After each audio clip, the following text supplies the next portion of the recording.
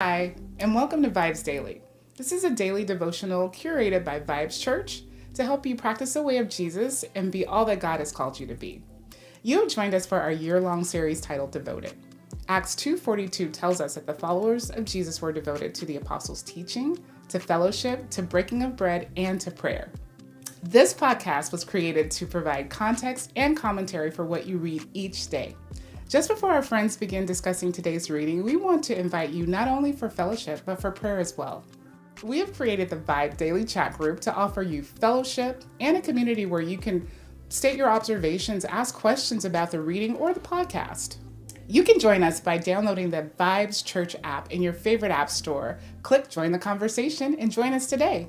And finally, we hope that you can join us for prayer. Prayer happens Monday through Friday, and more information on that can be found on the VIBEZ Church app under prayer. Now, let's begin our conversation on today's reading.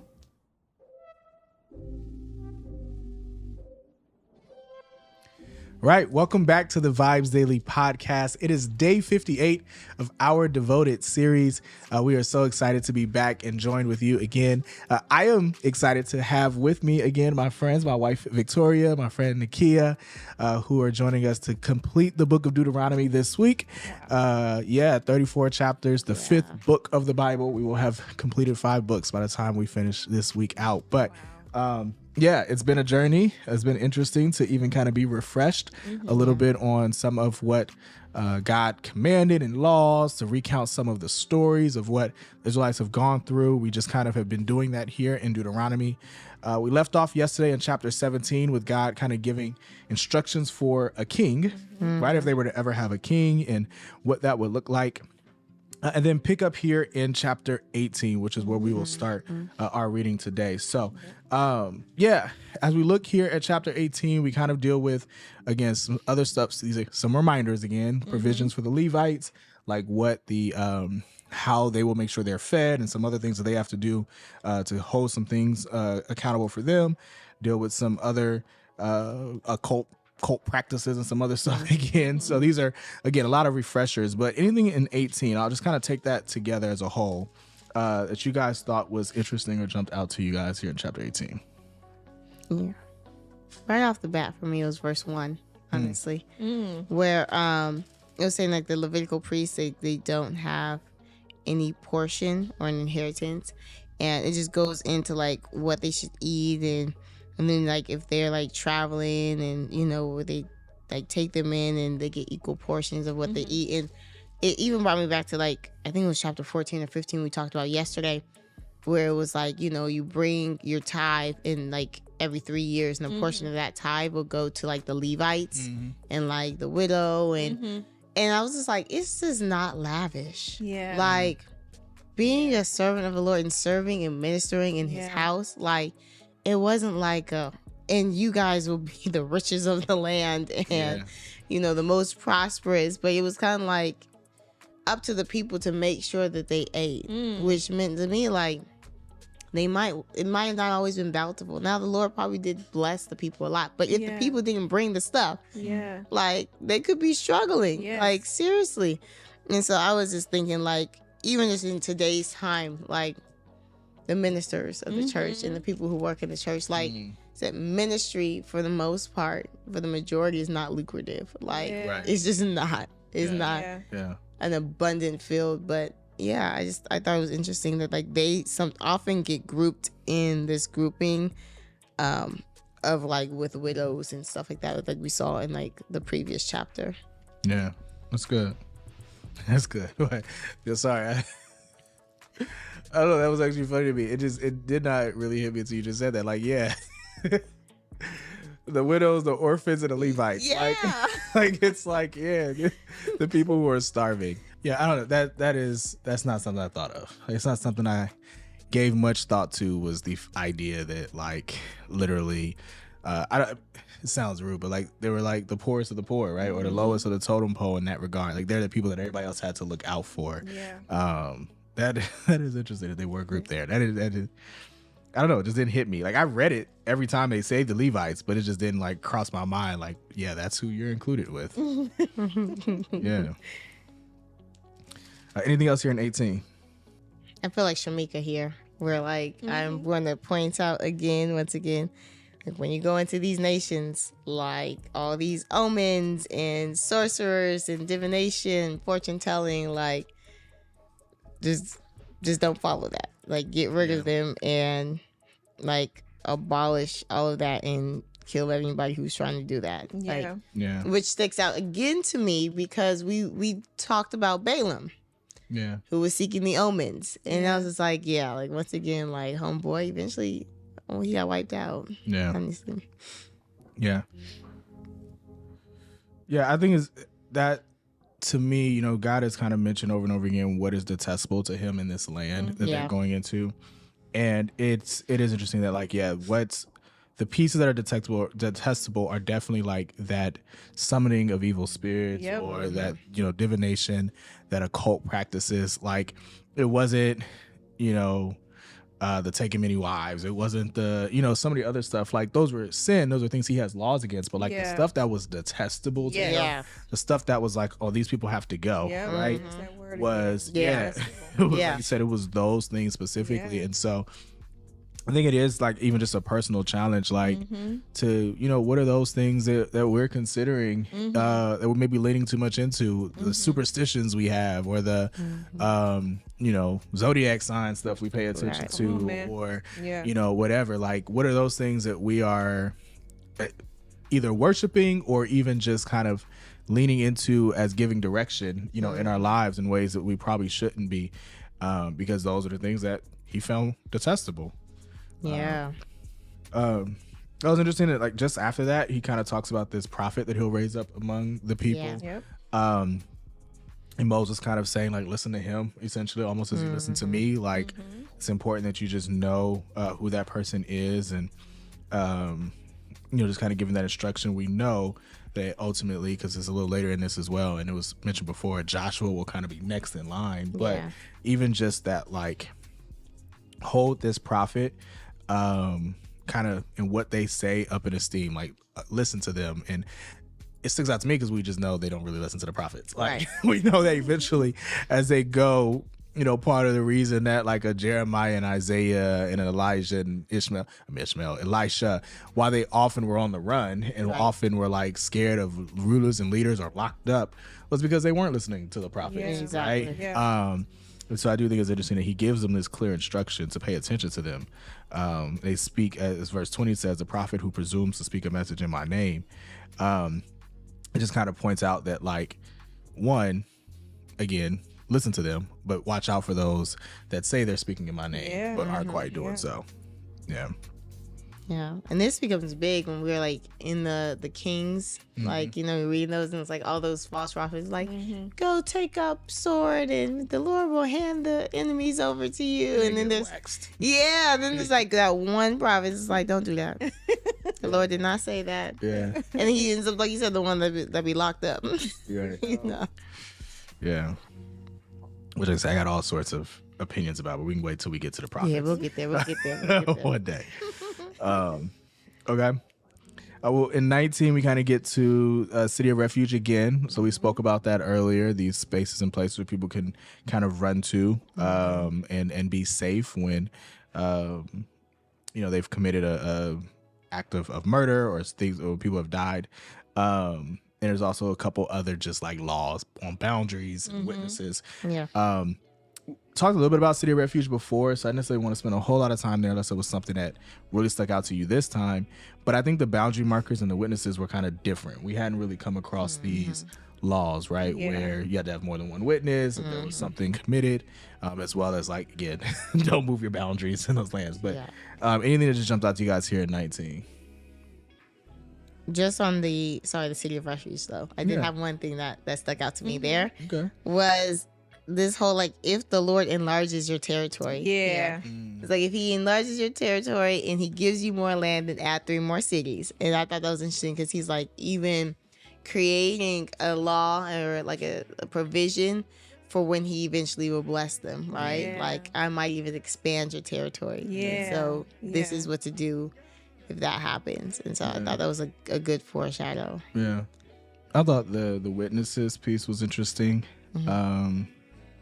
You know, just that idea that, like, if it's he said, she said type of like me versus you, that we can't really consider that as evidence, like as fact. Yeah. Whether there had to be at least, 2 or 3 witnesses, or witnesses to kind of account to what happened. But then also that, like, if for whatever reason there's all these witnesses and you still just deny it, like, you still be like, I'm not, I didn't do it. I didn't do what they said I did, and I'm just going to rebel. That was just kind of like back to this word on purging, right? Just get them out of there. Like, I don't know. I thought it was just interesting laws they had there.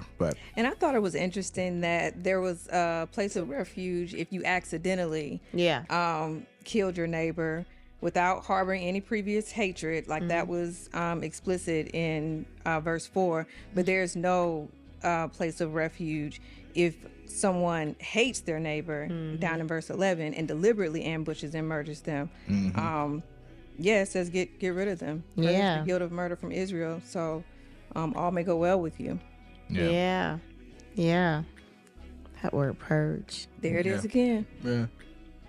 This like eye for eye and tooth for tooth, and like we see that a lot. Now The Chosen has helped me with this one. The show, it helped me. I haven't seen it in full yet to understand. You gotta. So this is in season 1. I think it's like the third.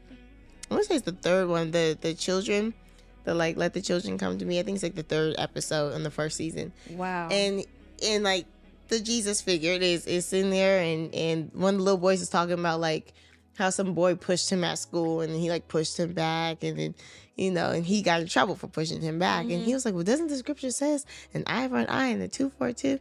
And he stopped and was like, well, that's in the court of law. That's not up for you guys to debate and take advantage of yourself. And I thought that was interesting. It's the first time I thought about it. I was like, you're right. Like, we're talking about judges here. Like, we're talking about going to a judge and having verdicts and stuff. And so it wasn't for me to be out here like, oh, you stalking me, I'm gonna stalk you back. You know, type thing. Like, because the scriptures say, but it was kind of like, this is how the judges were given instructions to govern the land. And so I thought that when he pointed that out, it kind of like, oh yeah, okay, and just to even just see it here in scripture and where it falls, just made it more clear for me too. That's good. Shameless plug. You can find the entire 1st season of The Chosen in the VIBEZ Church app. Check it out. No, right, there you go. But that is good. That is a good kind of thing to highlight and point out, because I do think that we often interpret that as like what we feel like we can just do. Chapter 20 gives us these again, this is a new one, right? So a lot of what we've been doing in Deuteronomy has felt like refreshers of stuff that we've read, but there are some things that, again, slow down, pay attention, because there are some things that are kind of new to us. Right. And chapter 20 is one of those where he kind of gives these rules for if you're going to go to war, right? If you're going to war, this is how you should approach the people that you're getting ready to kind of engage and fight with. And so I won't give away all of kind of what happens here, but like, what did you guys think was interesting in what God's instructions were as someone went to war?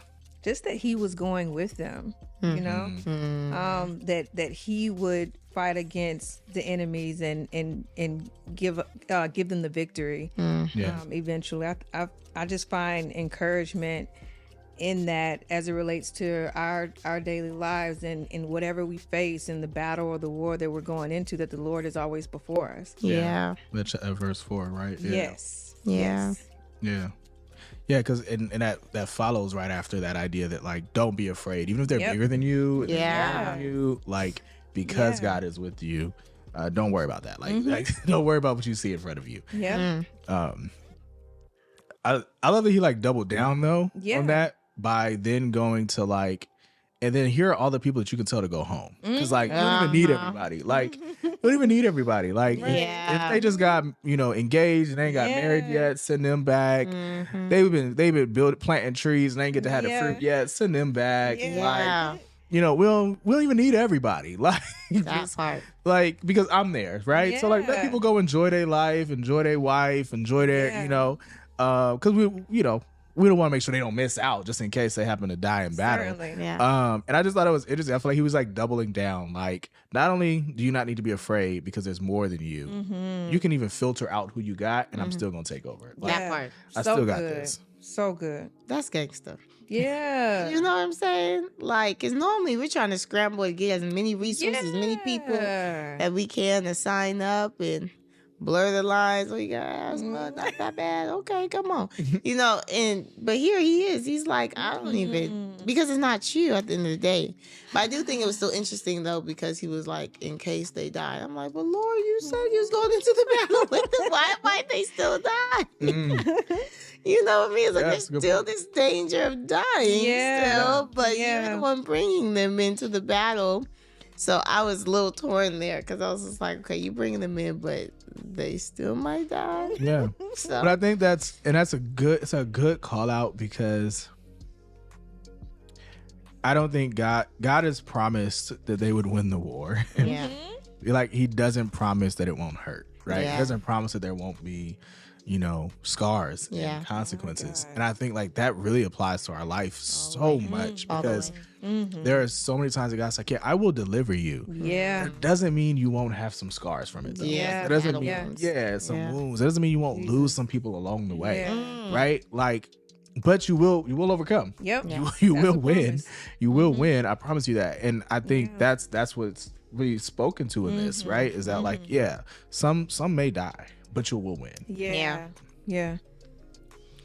I also think it was pretty interesting and cool that like the priests, they are just so involved with everything. Like here they are coming out to battle, giving the pep talk. Like they are like leading this battle, low-key. And so I think it's really just like, okay, not only are they the doctors, right? Like they're the judges. Call the roll. Doctors or judges, whatever. They do the temple and all the sacrifices and all of that, like consecration of the people. They janitors. Okay. And butchers and okay. barbecue specialists. They are, yep. Grill masters. That's right. What else do the priests handling? Now they're like leading the army. Generals, coaches. Like these priests, but yet musicians. What else do Levites? But yet they're with musicians, right? Like, but they still might be hungry, right? But they still with the orphans and the widows, though. At the end of the day, they still might be struggling. Yeah, Levi's got a lot of jobs though. They do got some jobs, man. They hustlers. For real. So that's interesting. But the Lord is their inheritance, so that part. It's worth it. It's so good, right? Oh, I loved when he said that in the scripture. Literally. Like the Lord is your portion. I am your portion. Yeah. That was so good. Jeez. Yeah. But one thing that jumped out to me as well in this rule was just also like just that offer of peace. Like I think it's like great that God doesn't just like say go in guns blazing, like just take over the place. But he's just like, man, give him a chance. Like make an offer of peace if they're willing to accept it. No lies have to be lost, right? Yeah. For those far away. Yeah, for those far away, right? Yeah, not these Amorites and Hittites and stuff. They gotta go. The Hittites, Perizzites, Amorites, they got to go. We got to delete all that. But all the far away people, yes, like I said, we can make plans of peace. But I just thought that was interesting that like it's still. I took away from that like God is still a God of peace first. Like he prefers that. Like, he prefers peace and reconciliation in a way that we can kind of figure out how to get through this. But ultimately, if you choose a different side, then I'm also a God of justice, right? Like I am a God of that as well. So yeah, anything else there in 20 that was interesting to you guys? He's talking to the in verse 14 when it says, but you may keep for yourselves all the women, children, livestock, and other plunder. He's talking to the Levites then, right? Well, he's talking to the people of Israel as a whole. Okay. Yeah. What stood out to me, and I guess what's standing out to me in Deuteronomy is this word plunder. Because I didn't even know what that word meant, y'all, up until like it was literally 2 years ago. It was January 2022 is when I learned what the word plunder meant, and it came to me in prayer. Like I heard the Lord say, you cannot afford to plunder the promise. And I thought, plunder. I was like, was that me? And I was like, nah, because I don't know what plunder means. And then I looked up the word, and it literally means to take goods or to take something by force, to take something of value by force. And I thought, oh my God, like what God was saying to me is that I've given you promises, like I've told you the things you're going to inherit. I've shown you what your future can look like. You cannot afford to take that, because I can easily do that. I've been on the path to do that. You cannot afford to take that as yours. You know what I mean? To take what I've given you, this valuable promise, and make it your own. And so ever since I've gotten that word, every time I see the word plunder, it just makes me smile a little bit. And it's usually not a good thing. But in this case it is, because he's saying you can keep for yourselves all these things. But every time I see plunder, I think, wow, like that's something of value, and it's wealth. And it's for you, for us. It's good. Awesome. Chapter 21, again, another unique law that we had not come across yet. Kind of what happens when you come across a murder, essentially. Let's say a body, somewhere in the middle of a field that nobody seems to know what have happened, right? Like, what do you do in that situation? It's interesting because obviously it just calls out that God still feels like there has to be something done. Yes. Like, for that death, like that death still has to be atoned for. Yes. Despite the fact that it's, again, seems to be of random. But you got to give some instructions there. And what do you guys find interesting about that? It seems like the Levitical priests must be the first on the scene, right? Yeah. Must go there also, and because the Lord has chosen them to minister before him and to pronounce blessings in the Lord's name. So this seems to be one of the requirements for an unsolved murder. We're gonna add homicide detective to their job description. Correct. Exactly. Correct. Yeah. No, I do love that you pointed out though that somebody has to pay for this, right? And when he was talking about like, don't let the land be defiled because of bloodshed and like wrongdoing, that's like goes like, I guess, like, I don't know what's the word I'm looking for, but it has to like be resolved by some way. And so atoned. Atoned. That's the word I was looking for. And so in this case, it's a calf, right? Sort. Oh yeah. But even like the people, they had to come like wash their hands, right? Like of it and say like, this was not our fault, essentially, right? Like, this was not us. It said in verse 8, wipe away the guilt of your people Israel, whom you redeemed, and do not hold the shedding of innocent blood against them. Like, it really starts in verse 7. It's like, our hands did not shed this blood, or our eyes did not see it. And then our word is coming back up, and then it must purge ourselves of that guilt, right? So it's like, there's definitely this, as you said, there's just a expectation that something is still atoned for that blood. Then we started getting to kind of probably, I'll be honest, to me, some of one of the interesting to say the least. laws here. And there's a couple of them that we'll get to here in Deuteronomy between this and some other rules on like divorce and some other things. But we get to this one here where it's like, okay, if you take a woman, you talk about the plunder, women were included in that according to the previous chapter, kind of what you are allowed and not allowed to do. What were your thoughts on this particular section? It's a little different, probably difficult for us in 2024 to read this, but thoughts on this? Why she gotta shave her head and cut her fingernails though? It was just like the stripping down of who that don't bring nothing, not that hair, not them nails, not them clothes. Like as you came out the womb, like as you would. It is like a rebirth thing, maybe. I don't know. Because it says after that, you may marry her.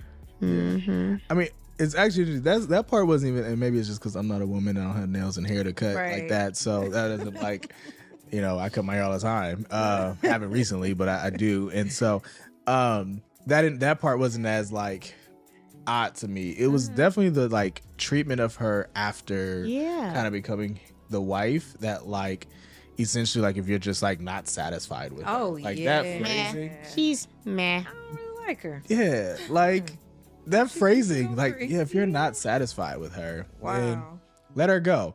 But you can't sell her though. Like you can't sell her because you humiliated her. Yeah. I'm like, that's supposed to make it better, Lord. Like, I let her go for free. Like struggling. That was rough. I'm struggling. This is rough. And I think we can acknowledge that and we can admit that. Yeah. And we know that we won't always understand everything that God has instructed of us, right? Sure. Back to, I think Victoria's brought that up before when we talk about like our children. Mm-hmm. Sometimes we just make rules and they don't understand and get what our rules are. Yeah. We know a little bit more than they do, and we have our purpose and our reasons for them. And so sometimes we got to just accept that with God. Yeah. But I think we can acknowledge, like, at least for me, I can admit that sounds rough. Yes. And again, that language comes back up when we get to divorce a little bit later. I was about to say, when we get to divorce later, it is more even intense of this, like, give her this divorce bill and stuff, or like send her off. But I don't know, it kind of hurts my heart because, and why I'm so confused is because when Jesus comes on the scene, he's just like, like, you're not supposed to divorce. Like, the Lord doesn't even want divorce to happen. Like, he was like, Moses said this. It was Jesus who said this, right? Mm-hmm. That Moses said that because of the hardness of you guys' heart. Like, it's because of y'all. Like, this is not what the Lord even really wanted. So I can even see him, like, making some of these rules to account for who these people are, right? Like because of who they are, because of how they've operated. But, like, that's why sometimes I'm like, well, Lord, why can't you just tell them don't? Yeah. They just don't. Yeah. But here we see provision after provision and moving the boundary for them because they're stiff-necked people. Yeah.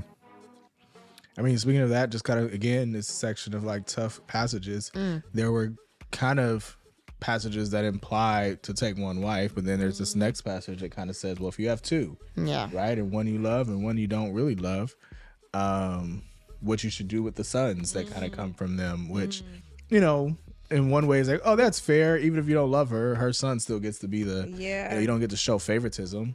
It's still kind of like, but why you get two wives though? Yeah. Like, help me understand why you get that in the first place. So, I mean, again, there's this that passage, the rebellious son just kind of stoning them if they kind of go off wild, and then this like hanging of people all here in 21. Like 21 was tough. This tough. Because I just could not help but think of lynching. Like that's all I could think about when I was reading it, and I was just like, help me understand again why that was something that is deserving execution. Oof. Right?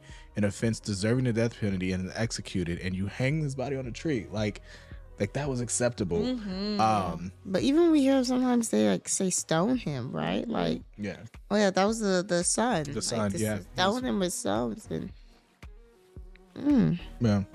that's rough. All right, so I want to open this a little bit then. Like, how do we? And you can just share yourself. I'm not saying this has to be like the theologically correct answer here, right? That's part of what I love about what we've been doing over the last few weeks as a podcast is, these are just our observations and what we kind of feel and experience as we read these scriptures. How do you process like some of these passages that feel repulsive, that feel like unfair, and that feel like unlike a loving and merciful God, right? How do you, from your own perspective, how do you process those things?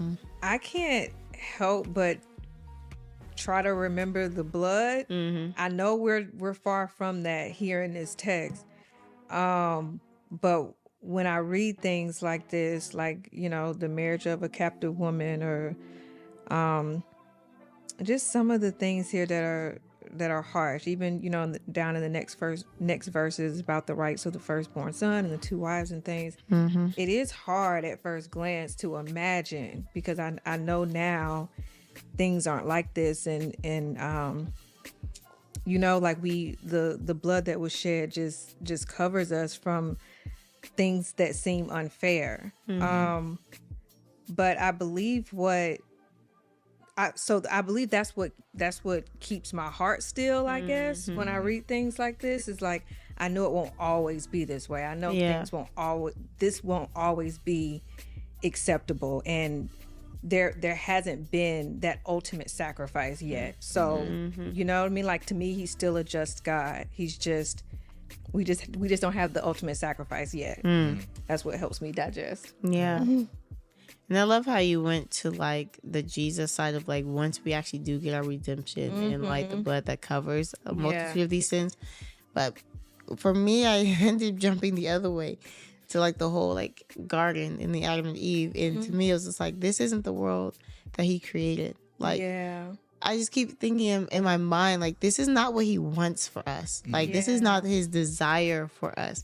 Like, this ripple effect that we talked about in Genesis, like, we just saw this like ripple effect and this downward spiral that sin created. Like, this all to me just like is just the result of sin.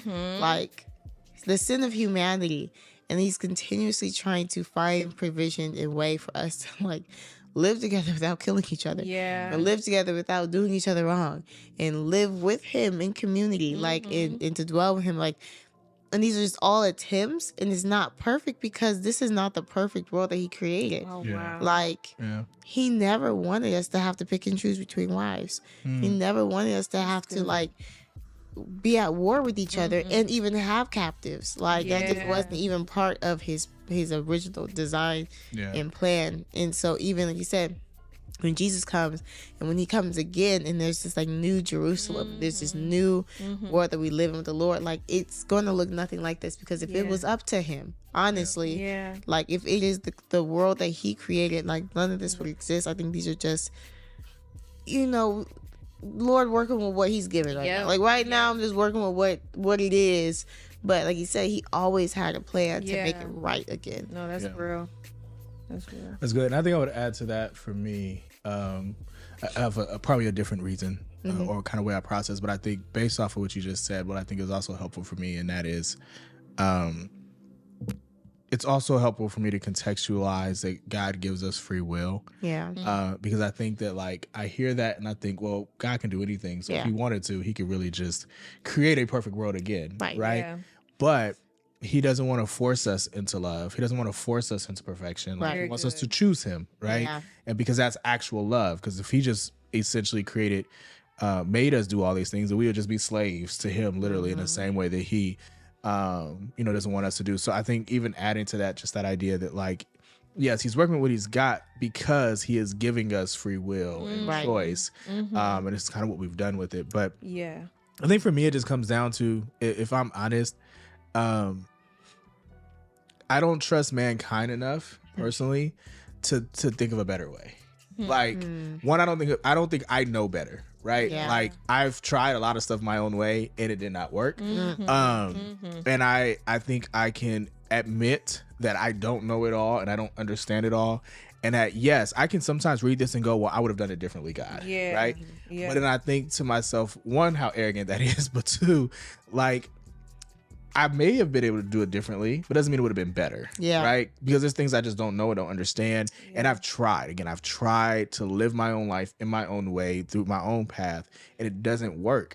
And so, and to that same point, there's also not a person in existence that I think God has it all right either, right? Like, it's the problem that we live in. There's never a great presidential candidate. It's never a good one. There's always something like I disagree with, right? There's never a good, there's never a perfect pastor. There's always something I still disagree with in the pastors. Like, there's no other person that has it right. And so to me, I've just kind of submitted to the idea that God knows better, even if I feel like I disagree with some of it. When I take him at his whole, he's just so much better. Right? He's just so much better. And so I could nitpick and say, okay, there's 2% of you that I disagree with, God. Right? And say, okay, so for that reason, I'm going to argue and I'm going to fuss, I'm going to put up a fight. Or I could just say, 98% of what you say is so good. It's so needed. and so like applicable and so much better than me and so much wiser than I am and so much. And I can just look at that and go, okay, if that's the case, let me just accept the part that's hard. Yeah. I don't like it. I can admit that to you, and you can accept that, Lord. Like you can accept that. You can handle that. But I'm just gonna admit that it's still your way, and your way is better, and it has been better in every other situation. And so I'm gonna trust that it's better in this case too. Praise God, man. It's like a child storming up. I don't like it, Mom. Yeah. I know you don't like it, but you gotta do what I say. Yeah, we gonna do it anyway. Literally. Yeah. Well, thank you guys for your thoughts there, because I'm sure many who are reading along with us are struggling with some of these passages as well. And again, maybe none of those resonate with you. Maybe you have your own thoughts. But my prayer is that you do wrestle with it, that you take the time to explore your heart and how you may rationalize or struggle with some of these. Know that God can handle that. He can handle your confusion, frustration, anger with these things. But take the time to rest in that and rationalize that to the best of your ability. You may not have it all this week, but Praise you know. God. Okay, last chapter here before we wrap today. We have this chapter 22. First, kind of giving some instructions for how to care for, you know, your neighbor, your brothers, like property, essentially. If someone close to you has some things that happen, how you watch out for them. And then you also have some of these, what they call, my Bible calls like natural distinctions, is the way that it comes across it. Anything here in 22 that you guys thought was particularly interesting? I just think it's like interesting of like how he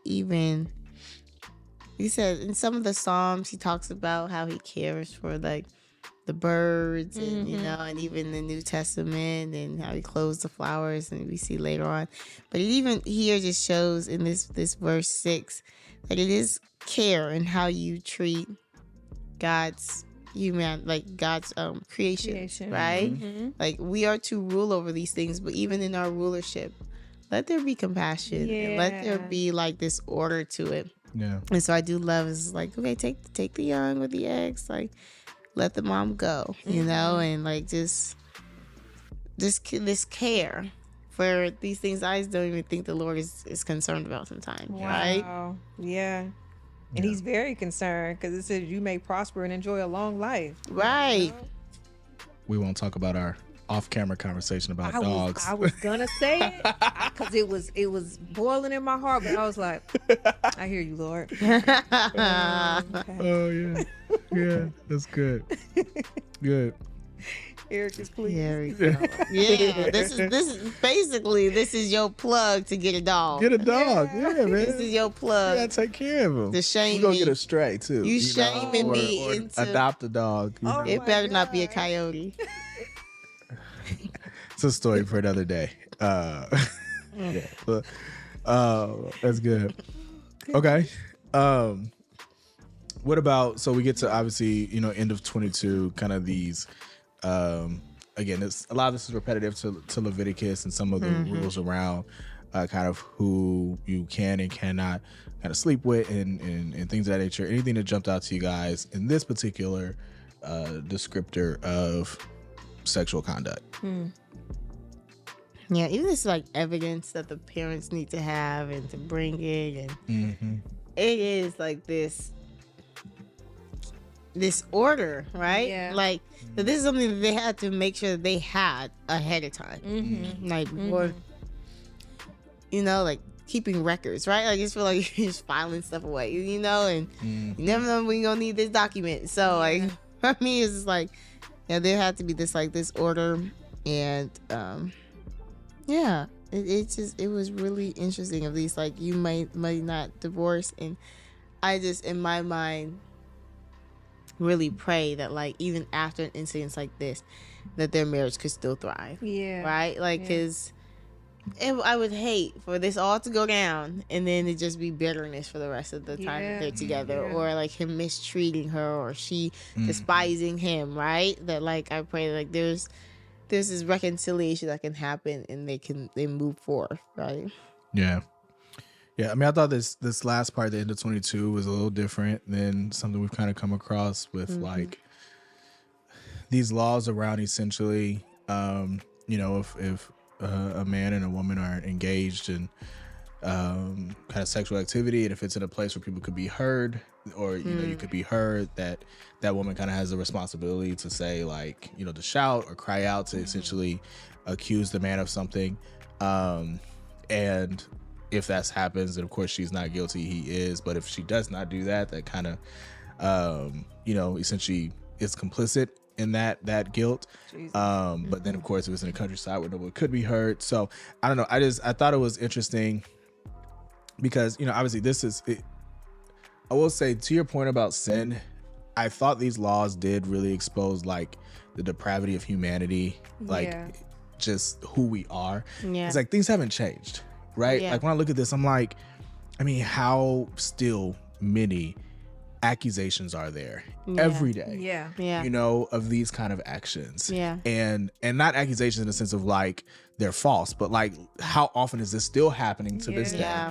And there's still plenty of investigations into this kind of behavior, and I just go like, I mean, again, it's been thousands of years and we haven't gotten any better, right? Mankind hasn't. And so like the fact that, again, these laws existed was because it obviously had to be an issue. It had to be something that had come up, that like this would happen, and a woman would come and say, hey, this happened to me, but there was no witness to do it. And so I just think that like it's so, I don't know, honestly just depressing, but in a lot of ways that like this is still the condition of man's heart, of mankind. But I appreciate that God kind of gives this like, yo, she's protected in that situation. Like if there's no witness or there's no place and this kind of happens, like she's protected. Like she's not guilty.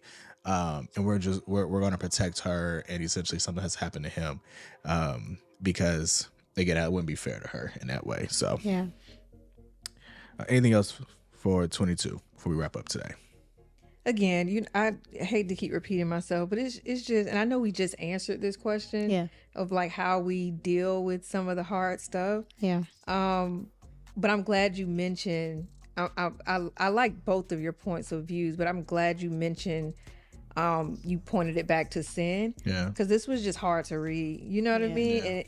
And it brings me comfort to know, like, well, this was never God's intent. You know what I mean? Because I'm like, it closes out with if a man is caught in the act of raping a young woman who is not engaged, and I'm like, what difference does that make? If she was raped, you know what I mean? But he must pay 50 pieces of silver to her father, and then he must marry the young woman because he violated her. And I'm like, that makes it okay? You know?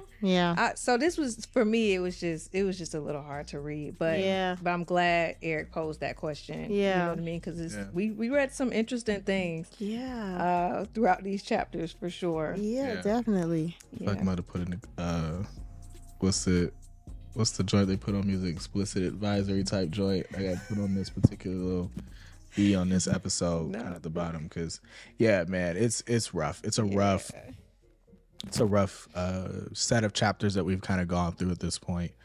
And may not never understand why God kind of allowed this to be, or kind of gave some of these instructions to Moses, or if these came from God or Moses just kind of made his own. Like some of this we may never know, but gotta rationalize it somehow. Good.